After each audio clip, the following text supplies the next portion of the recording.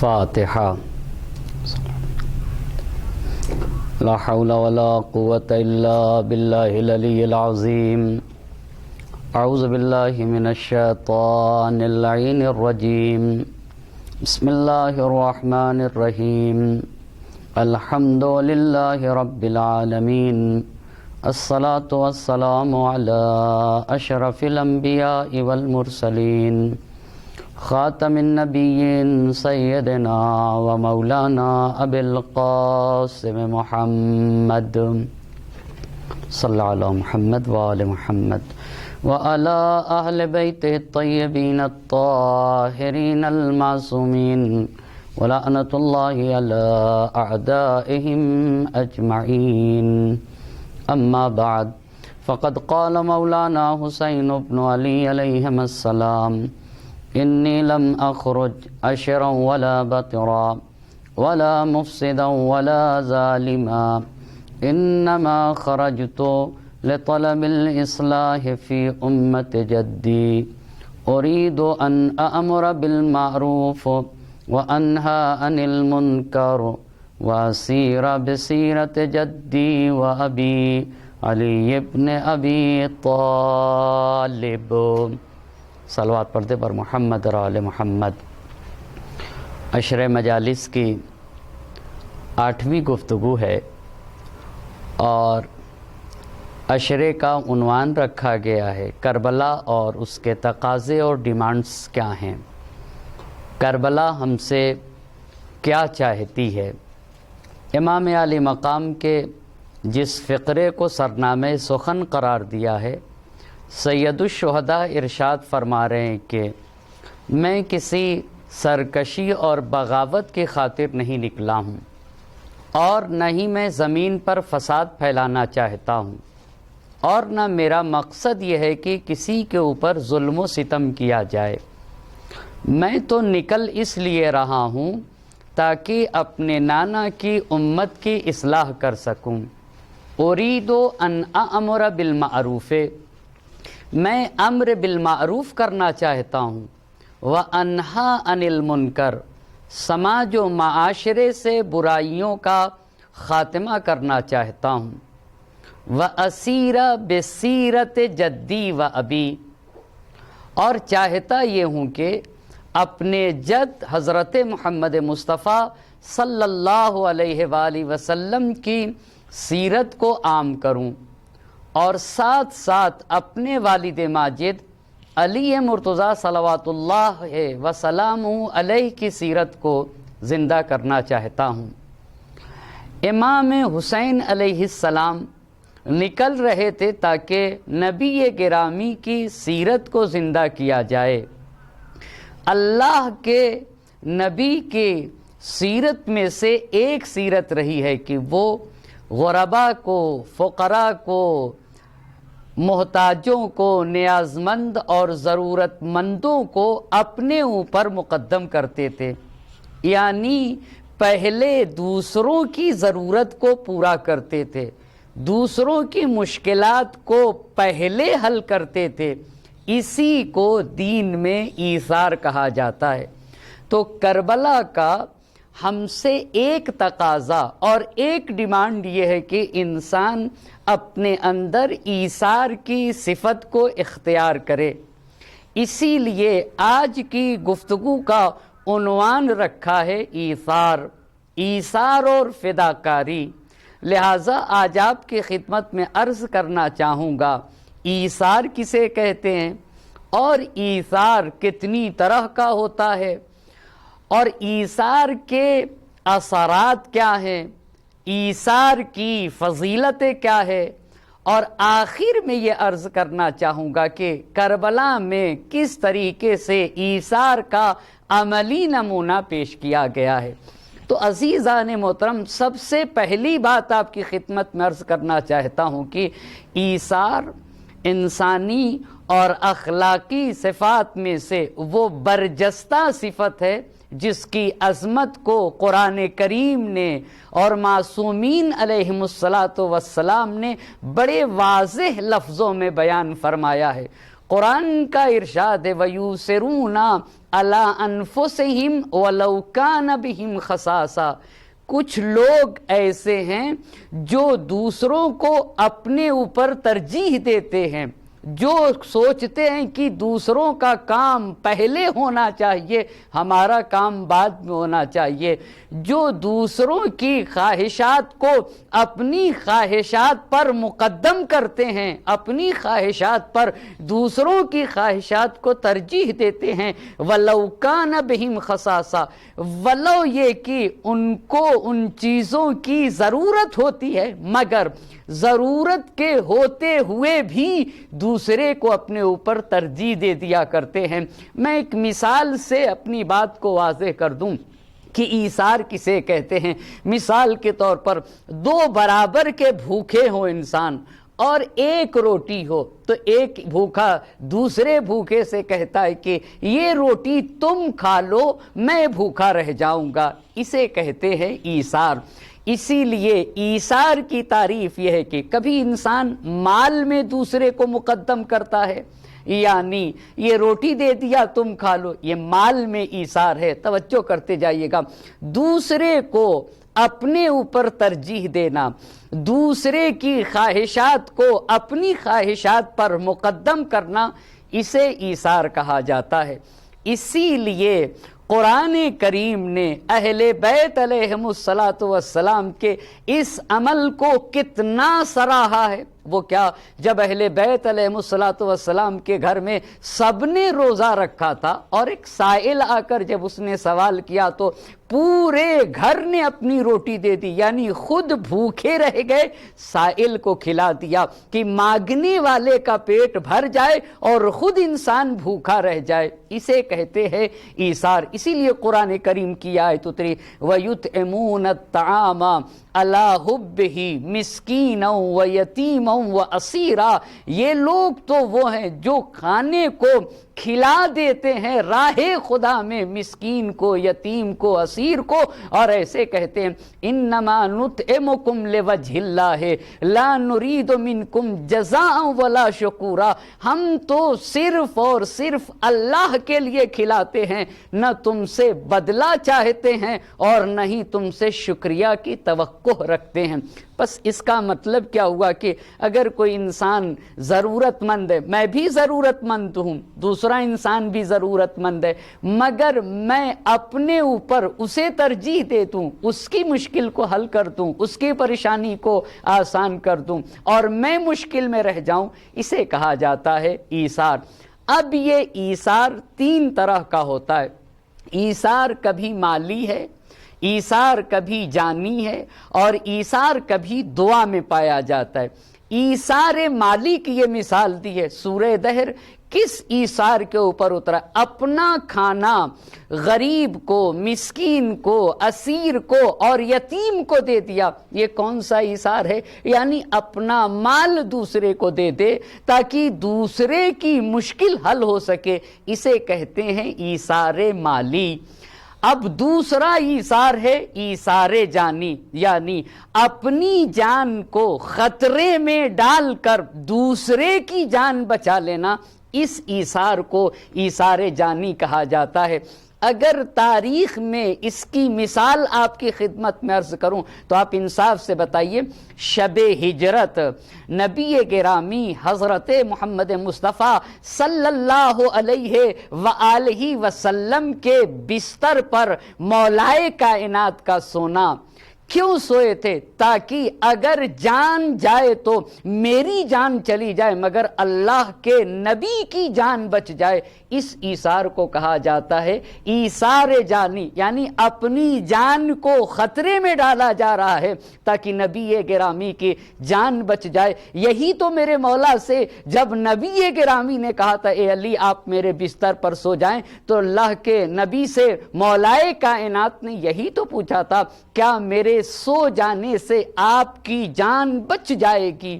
دیکھا عزیزان محترم، شب ہجرت ایثار جب جانی کیا تو قرآن نے آیت اتر گئی قرآن کریم کی وَمِنَ النَّاسِ مَن يَشْرِي نَفْسَهُ ابْتِغَاءَ مَرْضَاتِ اللَّهِ وَاللَّهُ رَءُوفٌ بِالْعِبَادِ۔ کچھ لوگ اللہ کے بندوں میں سے کچھ لوگ وہ ہیں کہ جو اپنی جان کو بیچ دیتے ہیں خدا کے ساتھ، اور پھر اپنی جان کے بدلے میں مرضی پروردگار کو خرید لیا کرتے۔ ایک صلوات پڑھ دے بر محمد اور آل محمد۔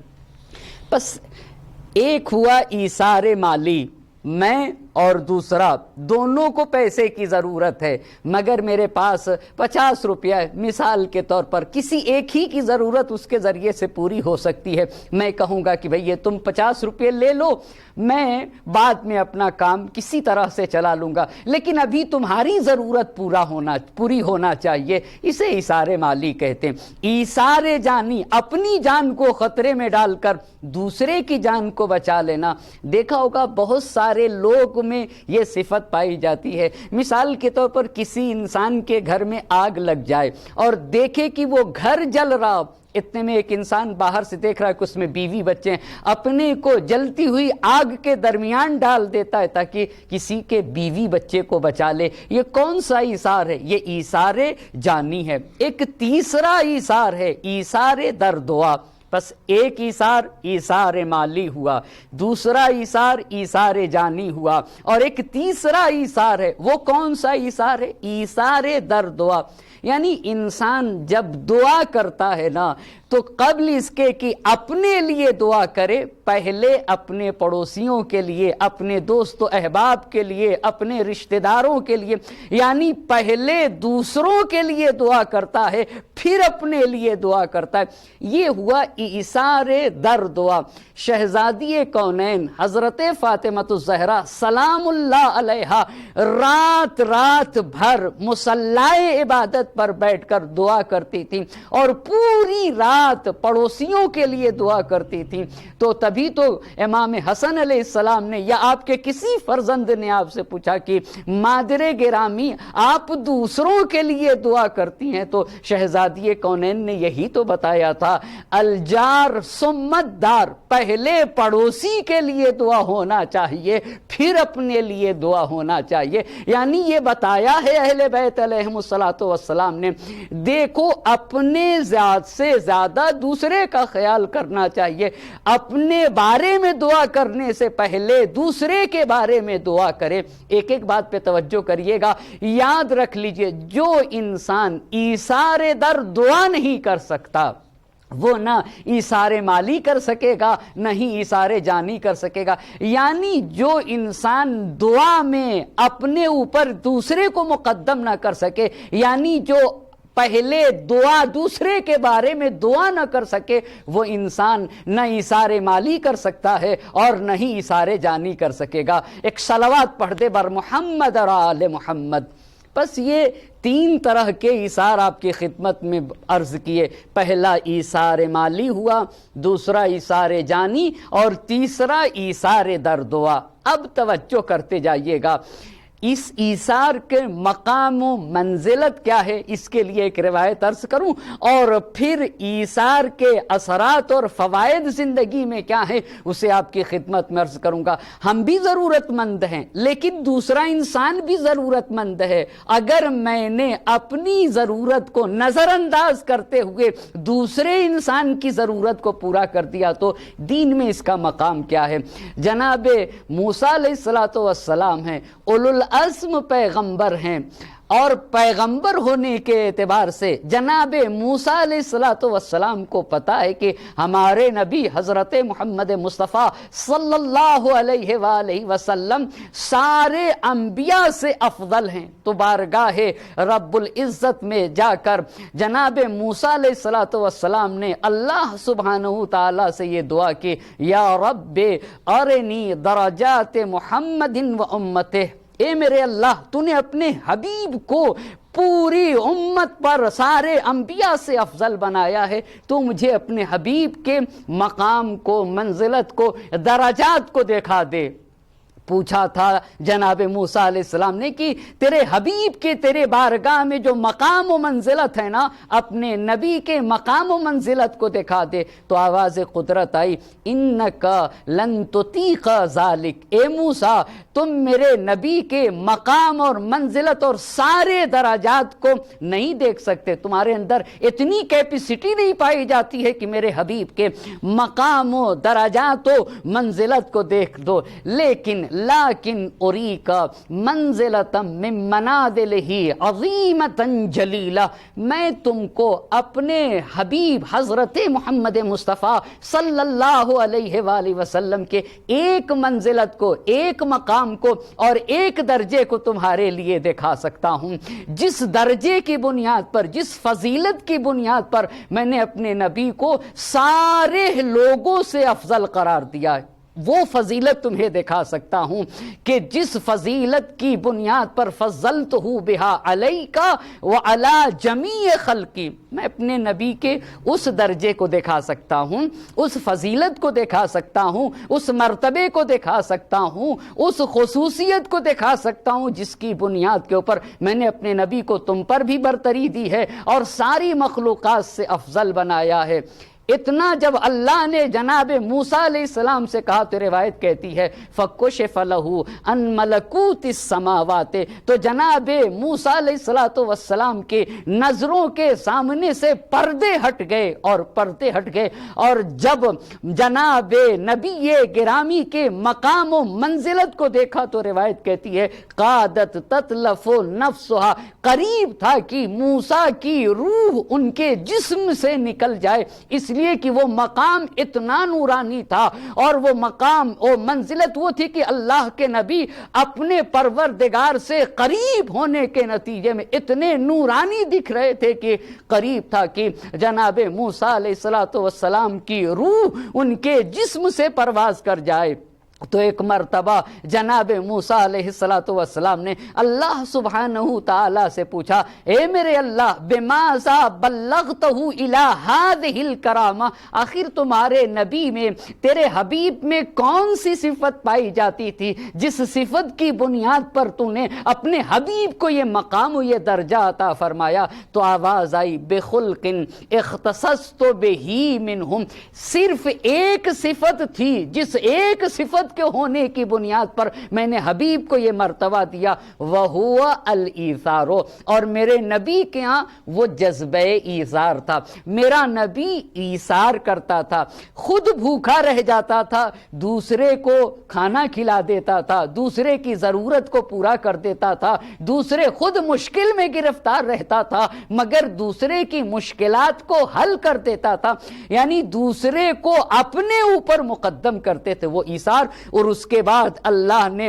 عزت و جلال کی قسم کھا کر یہ کہا، اللہ سبحانہ تعالیٰ نے یہ بیان فرمایا لا یأتینی احد منہم قد عمل بہا وقتا من عمرہ الا استحییت من محاسبتہ، حدیث میں آیا اللہ جناب موسیٰ علیہ السلام کو خطاب کر کے کہتا ہے اگر میرا بندہ زندگی میں ایک مرتبہ ایثار کر لینا، ایثار کر لے، ایک مرتبہ دوسرے کو اپنے اوپر مقدم کر دینا، اپنے بھوکا رہ جائے دوسرے کو کھانا کھلا دینا، دوسرے کی ضرورت کو اپنی ضرورت پر ترجیح دے دے، اگر زندگی میں ایک مرتبہ کسی نے ایثار کر دیا نا تو اللہ کہتا الا استحییت من محاسبتہ، تو مجھ خدا کو شرم آتی ہے کہ اس انسان نے ایثار کیا ہے اور اس کا میں قیامت کے دن حساب و کتاب لوں، کہ مجھے قیامت کے دن حساب و کتاب لیتے ہوئے ایسے انسان سے شرم آتی ہے۔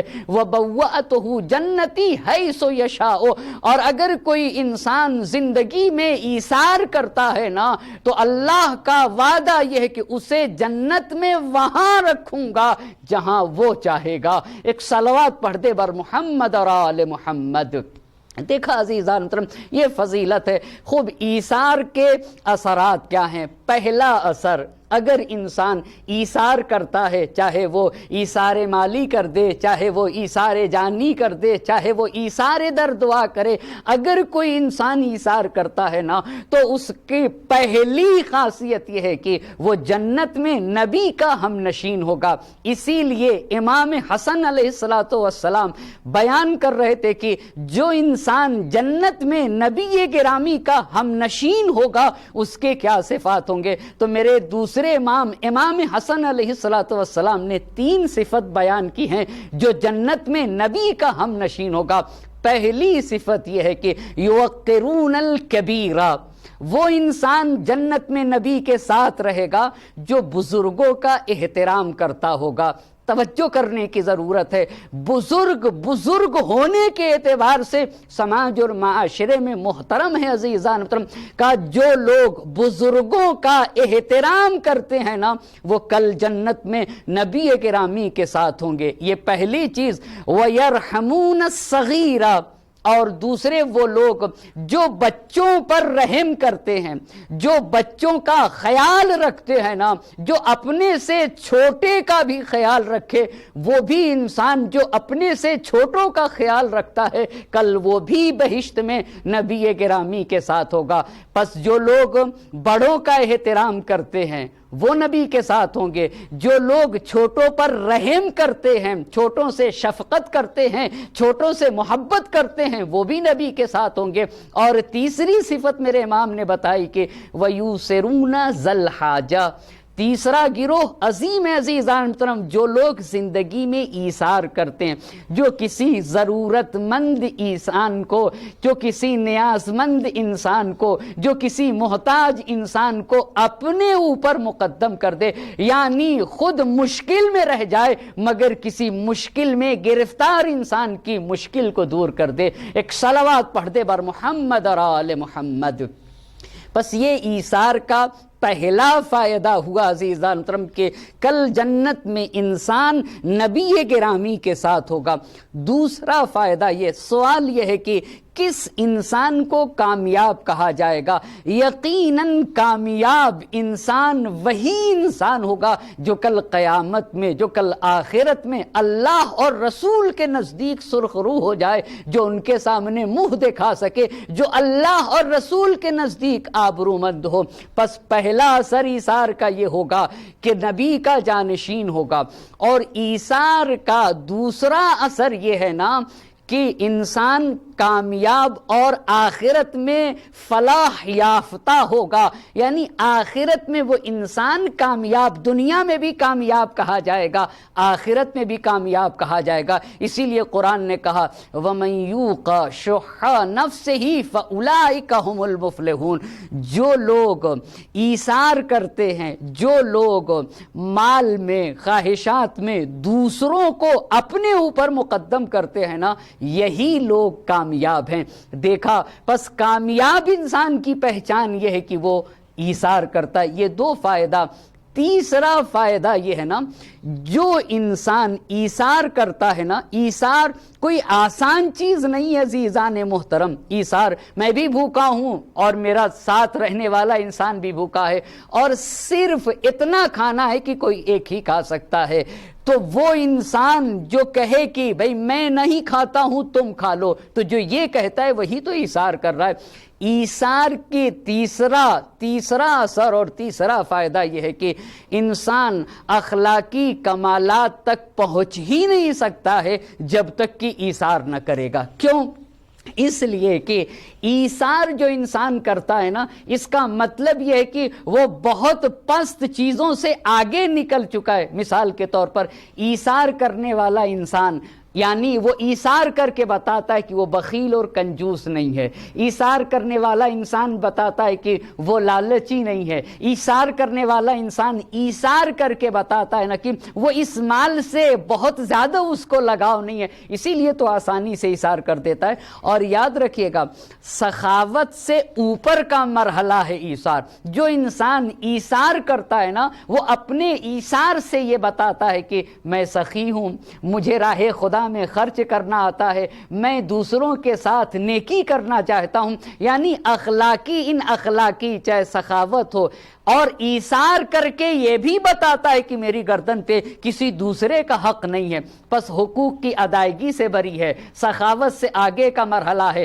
انفاق در راہ خدا سے آگے کا مرحلہ ایثار کرنا۔ اس کا مطلب یہ ہے کہ ایثار کر کے بتاتا ہے کہ اخلاقی پستیوں کو اپنے پیروں سے رود دیا ہے اور اخلاقی صفات سے آگے نکل چکا ہے۔ اسی لیے تو کائنات کے مولا حضرت علی ابن ابی طالب علیہ السلام کا فرمان ہے کہ مکارم اخلاق کو اگر حاصل کرنا ہے، یعنی اخلاقی بلندیوں تک پہنچنا ہے نا، تو دو چیزوں کا ہونا ضروری ہے، ایک عفت اور پاک دامنی اور طہارت نفس ضروری ہے، اور دوسری چیز ایثار ہونا چاہیے۔ ایک صلوات پڑھ دے بر محمد اور آل محمد۔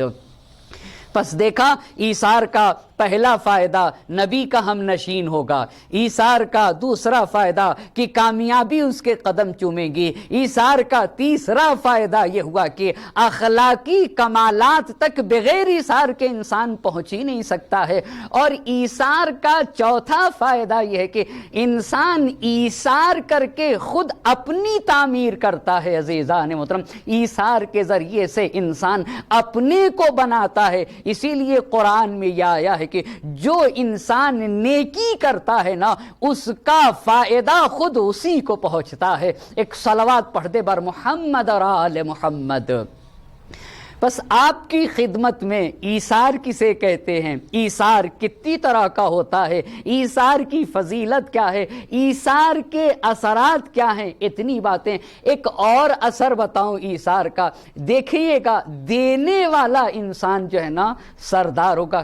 روایت کہتی ہے کہ اگر تم سرداری چاہتے ہو نا، اگر تم افضلیت چاہتے ہو نا، اگر تم برتری چاہتے ہو، مقام و منزلت چاہتے ہو نا، تو تمہیں ایثار کرنا ہوگا، ایثار کرنا ہوگا۔ اور ساتھ ساتھ یہ بھی روایت نے کہا ہے کہ اگر تم خدا اور مخلوق خدا کے درمیان محبوب بننا چاہتے ہو تب بھی ایثار کیا کرو۔ عزیزان محترم، میں یہاں تک جب لے کر آ گیا نا، اتنی فضیلت ہے، لیکن یہاں تک جب لے کر آیا تو آپ کی خدمت میں یہ ضرور عرض کرنا چاہوں گا، کیوں دین اسلام میں ماں کا اتنا مقام ہے۔ روایت کہتی ہے کہ اگر کوئی انسان زندگی میں ایک مرتبہ ایثار کر دینا تو اللہ کو شرم آتی ہے کہ اللہ قیامت کے دن اس کا حساب کرے، اور ایثار کرنے والے کو اللہ جہاں وہ چاہے گا وہاں جنت میں رکھے گا۔ تو ماں تو اس ذات گرامی کو کہا جاتا ہے جس کی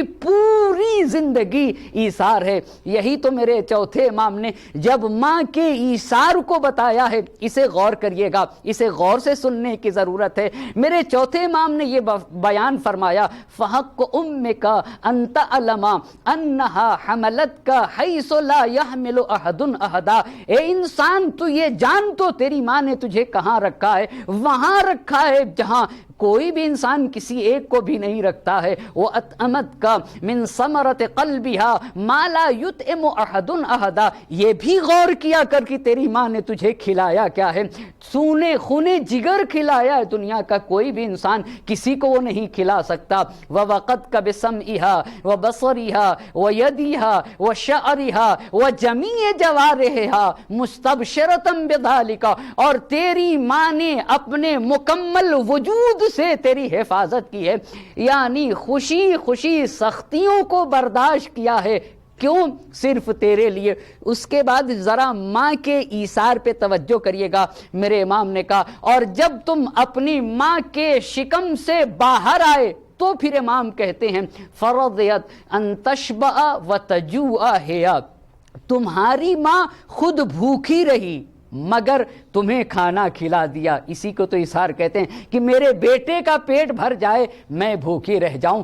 فرضیت ان تشبع و تجوع ہیا، خود بھوکی رہی لیکن تجھے کھانا کھلا دیا۔ وَتَكْسُوكَ وَتَأْرَى، خود کے پاس پہننے کو لباس نہ تھے مگر تمہارے لیے لباس فراہم کر دیے۔ وَتُظِلُّكَ تَزْهَا، اس کے لیے سر چھپانے کے لیے سائے کے لیے کوئی جگہ نہ تھی تو خود دھوپ میں رہ گئی مگر تمہیں سائے میں رکھ دیا۔ آپ ذرا توجہ تو کریے گا، پھر امام نے کہا وَتُذِلُّكَ وَتُنْعِمُكَ بِبُؤْسِهَا، خود سختیوں میں رہ گئی مگر تمہارے لیے لذت کے، آرام کے وسائل فراہم کیے۔ وَتُلَزِّزُكَ بِالنَّوْمِ بِأَرْقِهَا، رات بھر جاگ کر تیری ماں نے تمہارے لیے خواب شیریں کے لمحات فراہم کیے، یعنی ماں جاگتی رہی تاکہ میرا بچہ سو سکے، آرام سے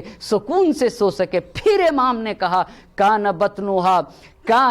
بطنها لک وقاء، اے انسان سن، تیری ماں کا شکم تیری خلقت کا ظرف بنا رہا، وَحِجْرُهَا لَكَ هَوَاءً، اور تیری ماں کی آغوش تیرا گہوارہ بنی رہی، وَصَدْيُهَا لَكَ سِقَاءً، اور تیرے ماں کا سینہ تیرے سیراب ہونے کا چشمہ بنا رہا، فَتَشْكُرَهَا عَلَى قَدْرِ ذَلِكَ، دیکھ اپنی ماں کا شکریہ ادا کر، وَلَا تَقْدِرُ عَلَى ذَلِكَ إِلَّا بِعَوْنِ اللَّهِ وَتَوْفِيقِهِ، اور تو اپنی ماں کی قدردانی کر ہی نہیں سکتا ہے مگر یہ کہ اللہ کی توفیق شامل حال ہو اور اللہ کی مدد شامل حال ہو۔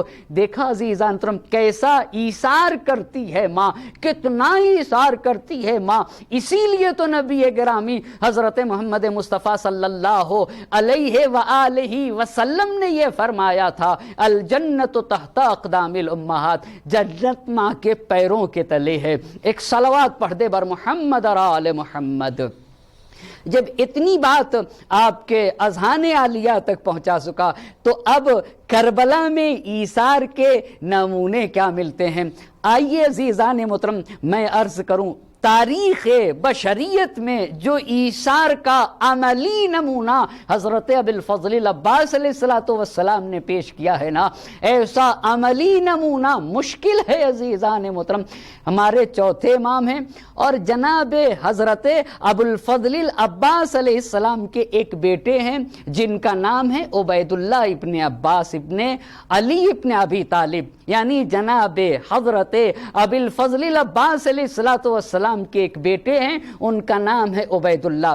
اور ہمارے چوتھے امام ایک دن جناب عبید اللہ ابن عباس یعنی حضرت ابی الفضل العباس علیہ السلام کے بیٹے کو دیکھا۔ ہمارے چوتھے امام نے جناب عبید اللہ جو کہ حضرت ابی الفضل العباس علیہ السلام کے بیٹے، ان کو دیکھا تو امام کی آنکھوں سے آنسو گرنے لگے اور امام اپنے کو کنٹرول نہ کر سکے، اس لیے کہ جناب عباس علیہ السلام نے کربلا کے میدان میں عظیم قربانی اور عظیم ایثار پیش کیا تھا، تو آنکھوں سے آنسو گرنے لگے۔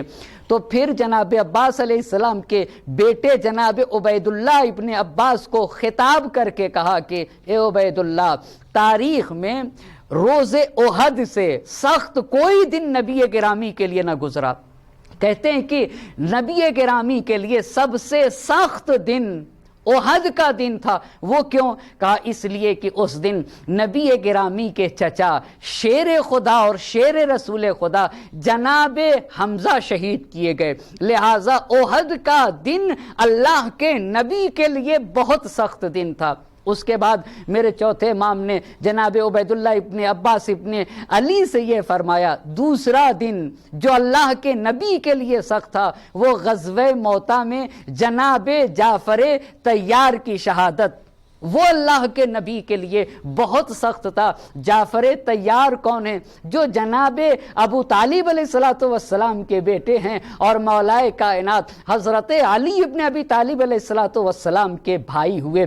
پس کا پہلا مرحلہ جو اللہ کے نبی کے لیے بڑا سخت تھا وہ جنگ احد میں جناب حمزہ کا شہید ہونا، اور دوسرا مرحلہ جو نبی گرامی کے لیے سخت تھا وہ غزوہ موتا میں جناب جعفر طیار صلوات اللہ وسلامہ علیہ کا شہید ہونا۔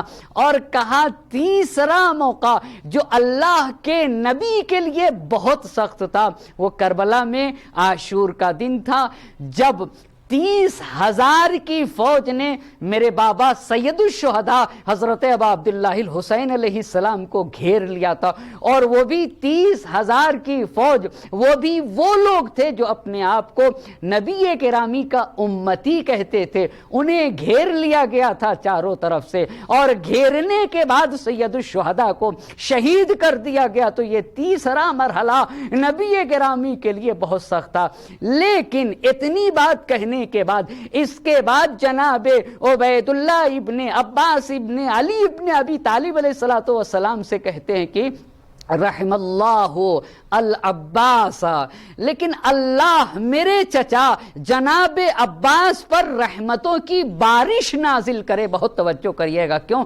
کہا میرے چچا جناب عباس میں 3 فضیلتیں تھیں۔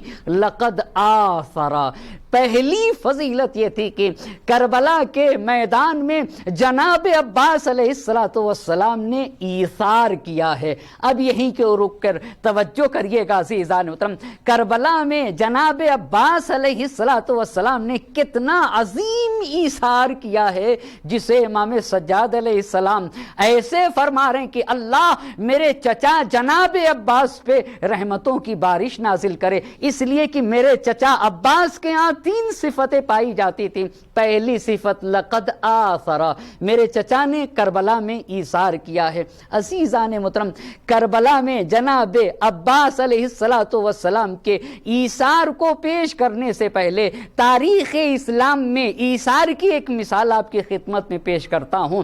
علماء نے اسے لکھا ہے کہ اسلامی جنگوں میں سے کسی ایک جنگ میں ایک شخص ہے جو زخمیوں کے درمیان سے گزر رہا تھا، جو لوگ مجروح ہو گئے تھے اور زخمی ہو کر اس زمین پہ پڑے ہوئے تھے، ایک انسان ہے جو ان زخمیوں کے درمیان سے گزر گیا تھا۔ یہ بھی علماء نے لکھا ہے کہ جب انسان کے بدن میں زخم لگتا ہے نا اور خون بہتا ہے تو انسان کو اور زیادہ پیاس لگتی ہے۔ یہ شخص کہتا ہے کہ میں ایک اسلامی جنگ میں زخمیوں کے درمیان سے، مجروحین کے درمیان سے گزر رہا تھا، تو میری نظر ایک شخص کے اوپر پڑی جو اپنے زندگی کے آخری لمحات میں تھا۔ یہ شخص کہتا ہے میں اسے دیکھتے ہی سمجھ گیا کہ اس انسان کو پانی کی ضرورت ہے، میں دوڑا دوڑا گیا پانی لینے۔ بہت توجہ کریے گا، جب پانی لے کر آیا اور اس زخمی انسان کے قریب گیا، کہا بھائی پانی پی لو، تو اس زخمی انسان نے، دقت کریے گا ایثار کی کتنی اعلیٰ مثال ہے، اس زخمی انسان نے، یہ شخص کہتا ہے زخمی انسان نے اشارہ کر کے کہا کہ میری ہی طرح میرا دوسرا بھائی بھی پیاسا ہے، تم پانی اسے پلا دو۔ وہ شخص کہتا ہے کہ میں پانی اس کے پاس سے دوسرے فرد کی طرف لے گیا تو دوسرے شخص نے تیسرے کی طرف اشارہ کر دیا، بھائی میری طرح میرا یہ بھائی بھی پیاسا ہے۔ تاریخ نے لکھا ہے کہ 10 لوگ ایسے تھے، جب تیسرے کے پاس گیا تو تیسرے نے چوتھے کی طرف، چوتھے کے پاس گیا تو چوتھے نے پانچویں کی طرف کہا کہ بھائی میرا بھائی میری ہی طرح پیاسا ہے، اسے پانی دے دو۔ اسے کہتے ہیں ایثار، یعنی خود پیاسا رہا انسان اور کہا میرے بھائی کو پلا دو۔ روایت کہتی ہے کہ جب یہ انسان 10ویں فرد پہ پہنچا ہے نا، 10ویں شخص پہ، تو وہ انسان جان دے چکا تھا۔ اب وہ پلٹتا 9ویں کے پاس آیا، وہ بھی جان دے چکا تھا، 8ویں کے پاس، پہلے ایسے ہی آتا گیا، ہر انسان جان دے چکا تھا، گویا کسی انسان کو پانی میسر نہ ہوا، مگر یہ ایثار کا اعلی نمونہ پیش کر دیا ہے۔ اب عزیزان محترم، اب آپ توجہ کریے گا، کربلا میں جناب حضرت ابی الفضل العباس علیہ السلام کا ایثار کیسا تھا۔ لکھا ہے تاریخ نے کہ فرات کے اوپر 4000 کی فوج کا پہرا تھا، اور جب جناب عباس علیہ السلام پانی لینے گئے تھے نا تو 4000 کی فوج کو ہٹایا اور اپنے گھوڑے کو نہر فرات میں ڈال دیا، اور اسے بھی علماء نے لکھا ہے کہ اتنا اندر لے گئے کہ فرات کا پانی گھوڑے کے شکم سے ٹچ ہو رہا تھا، اور مشک سکینہ کو بھرا۔ مشک سکینہ کو بھرنے کے بعد 4000 کی فوج دیکھ رہی تھی۔ جناب عباس نے ایک چلو پانی اٹھایا اور اسے اپنے منہ کے قریب لے کر آ گئے۔ پوری فوج نے یہ دیکھا اور یہ منظر دیکھ رہی تھی کہ انسان کیا کرتا ہے، اور سب نے کہا فرم الماء علی الماء، لینے کے بعد، چلو میں پانی اٹھانے کے بعد پانی کو پانی پہ مار دیا، یعنی فرات میں پانی پھینک دیا۔ اور پھر وہ فوج کہتی ہے کہ ہمیں یہ پتہ نہ چل سکا کہ کیوں پھینک دیا، لیکن تاریخ نے اس جملے کو لکھا ہے فذکر عطش الحسین۔ جب عباس نے پانی اٹھایا تھا اور اپنے دہان مقدس کے قریب لے گئے تھے تو فذکر عطش الحسین، عباس کو حسین کی پیاس یاد آ گئی، اہل حرم کی پیاس یاد آ گئی۔ عباس نے کہا کہ کیسے یہ ممکن ہے کہ عباس کا آقا پیاسا رہے اور عباس پانی پی لے؟ غلام کیسے پانی پی سکتا ہے جس کا آقا پیاسا ہو؟ جس کی سکینہ پیاسی ہو وہ عباس کیسے پانی پی لے گا؟ اسی لیے اپنے نفس کو خطاب کر کے رجز پڑھنے لگے، یا نفسو من بعد ہونی وبعد لا کنت ان تکونی فبعدہ لا کنت ان تکونی۔ اے میرے نفس، اے میری جان، عباس نہیں چاہتا ہے کہ تم حسین کے بعد زندہ رہو، یعنی ایسا ممکن ہی نہیں ہے کہ تم زندہ رہ جاؤ اور حسین چلے جائیں۔ عباس کو یہ پسند نہیں ہے، پانی کو پانی پر پھینک دیا۔ یہ عزیزان تو کہا کہ اگر عباس پانی پی لے گا تو وفا کیا کہے گی، غیرت کیا کہے گی، میری غلامی کیا کہے گی؟ یہ کیسا غلام ہے جس کا آقا پیاسا رہ گیا اور خود پانی پی لیا؟ ایک صلوات پڑھ دے بر محمد اور آل محمد۔ یہ ایثار کا عملی نمونہ کربلا کے میدان میں پیش کیا گیا۔ دوسرا نمونہ آپ کی خدمت میں عرض کرنا چاہتا ہوں۔ جب سید الشہداء حضرت ابا عبداللہ الحسین نماز پڑھ رہے تھے نا، تو جو لوگ نماز کے آگے کھڑے ہوئے تھے انہی میں سے ایک صحابی سید الشہداء عمرو بن قرظہ انصاری ہے نا، جو اپنے سینوں کے اوپر تیر کو لے رہے تھے، اور تیر کو لیتے لیتے لیتے لیتے جب زخموں سے چور ہو کر زمین کربلا پہ گرے تو آخری رمق جاں باقی تھی، سید الشہداء ان کے سرانے پہنچے تو عمرو بن قرظہ انصاری کو شک ہونے لگا کہ میں نے اپنے وعدے کو پورا کیا نہیں کیا، میں نے حق ادا کیا یا نہیں کیا۔ تو سید الشہداء سے پوچھتے ہیں کہ اوفیت یا ابا عبداللہ، اے سید الشہداء کیا میں نے وفا کیا یا نہیں کیا؟ تو وہاں کے اوپر امام علی مقام نے کہا تھا انت امامی فی الجنہ، تم جنت میں میرے آگے آگے رہو گے، مجھ سے پہلے تم جنت میں جاؤ گے۔ یہ دوسری مثال ہے عزیزان محترم کربلا میں ایثار کی۔ اور ایک تیسری مثال عرض کرتا چلوں گا اور اس کے بعد ربط مصائب دے کر زحمت کو تمام کر دوں گا۔ تیسری مثال یہ ہے نا کہ کربلا میں چند لوگ وہ ہیں جو اپنی بیوی بچوں کے ساتھ آئے تھے، اس میں سے ایک مسلم ابن اوسجا ہیں، دوسرے عبداللہ ابن عمیر کلبی ہیں، اور تیسرے حرس بن جنادہ۔ یہ لوگ وہ تھے جو اپنے ساتھ اپنے بیوی بچوں کو بھی لے کر آئے تھے۔ اس میں سے عبداللہ ابن عمیر کلبی تھے، وہ مجاہد اسلام کا جس نے یہ کہا تھا کہ میں نے بہت ساری جنگوں میں، اسلامی جنگوں میں شرکت کی ہے، مگر کہاں اہل بیت کا دفاع، اس سے اہم کچھ بھی نہیں ہو سکتا تھا۔ جب کربلا جانے کا ارادہ کیا تو اپنی جوان بیوی سے کہا تھا عبداللہ ابن عمیر کلبی نے کہ میں سید الشہداء کی مدد کرنا چاہتا ہوں، میں کربلا جانا چاہتا ہوں۔ تو بیوی نے کہا تھا ایک شرط ہے، ہم بھی چلیں گے۔ عبداللہ ابن عمیر کلبی اپنی بیوی کو لے کے چلے، بیوی چلنی تھی تو مادر گرامی کو لے کے چلے تھے۔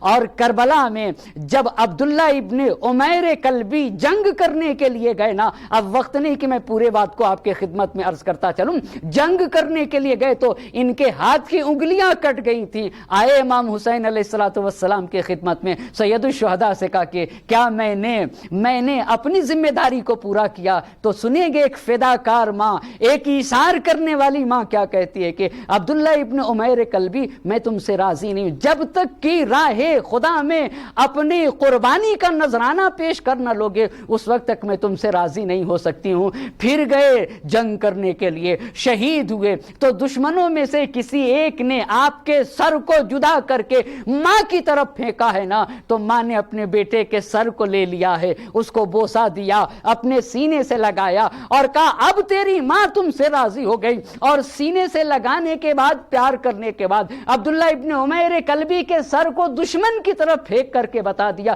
دیکھو جو راہ خدا میں ہم دے دیا کرتے ہیں اسے واپس نہیں لیا کرتے۔ بس عزیزان محترم، زحمت کو تمام کر رہا ہوں۔ یہ کربلا میں ایثار کے نمونے ہیں۔ اگر آپ کو کربلا میں ایثار کے نمونے دیکھنا ہے نا تو کیا یہ ایثار نہیں ہے؟ یہ ایثار نہیں ہے کہ ایک بچی دکھ کو تکلیف کو برداشت کرنے کے لیے تیار ہے اور راضی ہو رہی ہے کہ اس کا بابا راہ خدا میں شہید ہو جائے۔ اسی طریقے سے عزیزان محترم آج میں رباب کے ایثار اور قربانی کو آپ کی خدمت میں عرض کرنا چاہتا ہوں۔ خدا کی قسم کربلا میں رباب امام حسین علیہ السلام کے ساتھ ساتھ تھی، مگر عزیزان محترم جب حسین کا لٹا ہوا قافلہ کربلا کی سرزمین سے گزر رہا تھا، قتل گاہ سے گزر رہا تھا نا، تو بیویوں نے، زینب نے اپنے بھائی کے گلوئے اطہر کا بوسہ لیا تھا، سکینہ نے اپنے بابا کے گلوئے اطہر کا بوسہ لیا تھا، مگر مقتل نہیں لکھتا ہے کہ رباب نے اپنے والی و وارث کے گلے اطہر کا گلوئے اطہر کا بوسہ لیا تھا یا نہیں لیا تھا۔ ممکن ہے کہ رباب کو شرم آتی ہو، مگر تاریخ نے رباب کا ایک کردار لکھا ہے دربار ابن زیاد میں۔ جب ابن زیاد سید الشہداء کے سر اقدس سے توہین کر رہا تھا نا، تو مقتل نے لکھا ہے، سبت ابن جوزی نے لکھا ہے کہ ایک مرتبہ رباب آگے بڑھ جاتی ہیں اور آگے بڑھنے کے بعد سید الشہداء کے سر اقدس کو اپنے آغوش میں لے لیتی ہیں، اپنے سینے سے لگا لیتی ہیں، آواز دیتی ہیں، مرثیہ پڑھتی ہیں، واہ حسینہ فلا نسیت حسینہ، ہائے حسین میں اپنے حسین کو بھول نہیں سکتی، میرے حسین کو قتل کر دیا گیا، میرے حسین پہ نماز نہ پڑھی گئی، میرے حسین کو غسل و کفن نہ دیا گیا، ارے میرے حسین کا لاشا کربلا کی جلتی زمین پہ پڑا رہا۔ اسی لیے تو رباب رہائی کے بعد جب شام چھوڑنے لگی نا تو جناب سکینہ کے روضے پہ آ کے کہنے لگی تھی، اے سکینہ ارے ہم کربلا جا رہے ہیں، تمہاری روضے پہ چراغ جلانے والا، تمہاری قبر پہ چراغ جلانے والا کوئی نہ رہے گا، ربا اے سکینہ ہم کربلا جا رہے ہیں۔ عجب نہیں قبر سکینہ سے ایک آواز آئی ہو، اماں ارے کربلا جائیے گا نا، میرے بابا کو میرا سلام کہیے گا، اماں اگر پانی مل جائے نا ہماری پیاس کو یاد کر لیجئے گا، اماں بابا کو ہمارا سلام کہیے گا۔ اسی لیے رباب نے قبر حسین پر یہ مرثیہ پڑھا، میری سکینہ زندان شام میں رہ گئی، میرا اصغر یہاں ہے، یہ میرے والی و وارث کا لاشا ہے، رباب مدینہ جا کے کیا کرے گی؟ رباب جب تک زندہ رہے گی سائے میں نہ بیٹھے گی۔ وَسَيَعْلَمُ الَّذِينَ ظَلَمُوا أَيَّ مُنقَلَبٍ يَنقَلِبُونَ إِنَّا لِلَّهِ وَإِنَّا إِلَيْهِ راجعون إلهي بحق الزهراء وأبيها وبعلها وبنيها وسر المستودع فيها دس مرتبہ بسمك يا الله يا الله يا الله يا الله يا الله يا الله يا الله يا الله يا الله يا الله۔ خدا تجھے واسطہ محمد اور آل محمد کا ہمارے اس مختصر سی عبادت کو اپنی بارگاہ میں قبول فرما، حاضرین مجلس کی تمام حاجات شرعیہ کو پورا فرما۔ ربنا تقبل منا انک انت السمیع العلیم۔ ماتم حسین۔